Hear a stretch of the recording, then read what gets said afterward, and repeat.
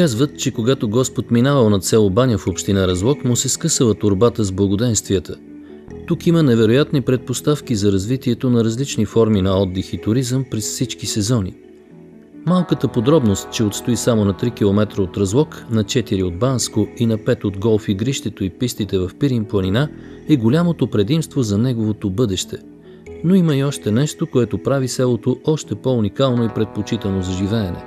Повече от 60 са топлите минерални извори, които извират в района. За да отговори на съвременните изисквания и стандарти за природен, климатичен и балнеоложки туризъм, община Разлог започва реализацията на проект «Адаптиране на паметниците на културно-историческото наследство за развитието на туризма в община Разлог» по оперативна програма «Регионално развитие». Обекти по проекта, които ще бъдат реставрирани, консервирани и атрактивно експонирани, са двете старинни бани, известни като Римската баня и Старата турска баня. В момента сме обявили най-после процедурата за избор на изпълнител и надявам се по график февруари месец да бъде избран изпълнителя, който ще реставрира, консервира тези паметници на културата. Също така площадното пространство около тях, улицата, която ги свързва. Това са две бани, също така и има атракциони, които трябва да бъдат разположени в близост до тези паметници, туристически център, така че да има една така хармония между всичките тези обекти. Проектът включва още рехабилитация на участък от улицата, която свързва двата обекта, благоустрояване на околното пространство с подходящо озеленяване и енергоспестяващо осветление. Предвижда се и подходяща среда за достъп и на хора с увреждания. Дебитът на минералните извори е достатъчен и за още една по-смела идея в бъдеще време, изказана от кмета на селото.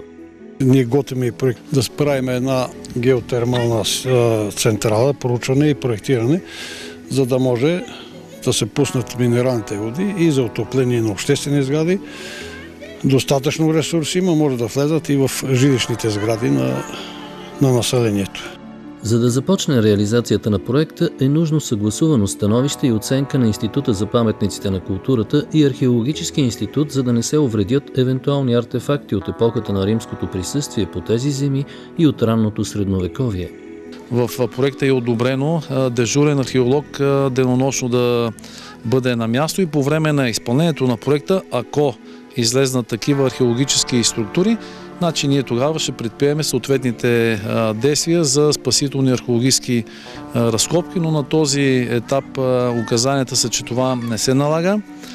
По време на строителство, ако има някакви, дай Боже да има, но това ще дигне още повече стойността и интереса към обекта, ще бъдат предвидени такива спасителни археологически разкопки. В съседство на Римската баня в проекта е заложено да бъде построен воден атракцион за отдих и спорт. Идеята е разработена съвместно с испански фирми, специализирани в конструирането на водни атракциони. В близост до двете бани ще се изгради информационен център, който ще предоставя интересна и полезна информация за съоръженията и минералните извори и в същото време ще популяризира новите туристически атракции в село Баня. Приветствам община Разлог в лицето на господин Герчев, че се заеха това уникално хигиенно съоръжение да го възстановят. Това ще бъде една атракция за село Баня и за община Разлог, за да може туристите да видят как преди столетия хората са се грижили за своята хигиена. Баня се налага като една спа дестинация и този проект ще покаже историята, която има в Баня, лечебните свойства, които са познати отдавна на минералната вода и се надяваме да привлечем още повече туристи, повече инвестиции и повече работни места. Очакваните положителни резултати от реализацията на проекта са многопосочни и в интерес на хората от село Баня и за цялата община Разлог. Нов тласък на туристическия бизнес в района, съхранено историческо и културно богатство и пълноценно оползотворяване на изключително ценния природен ресурс – минералните извори.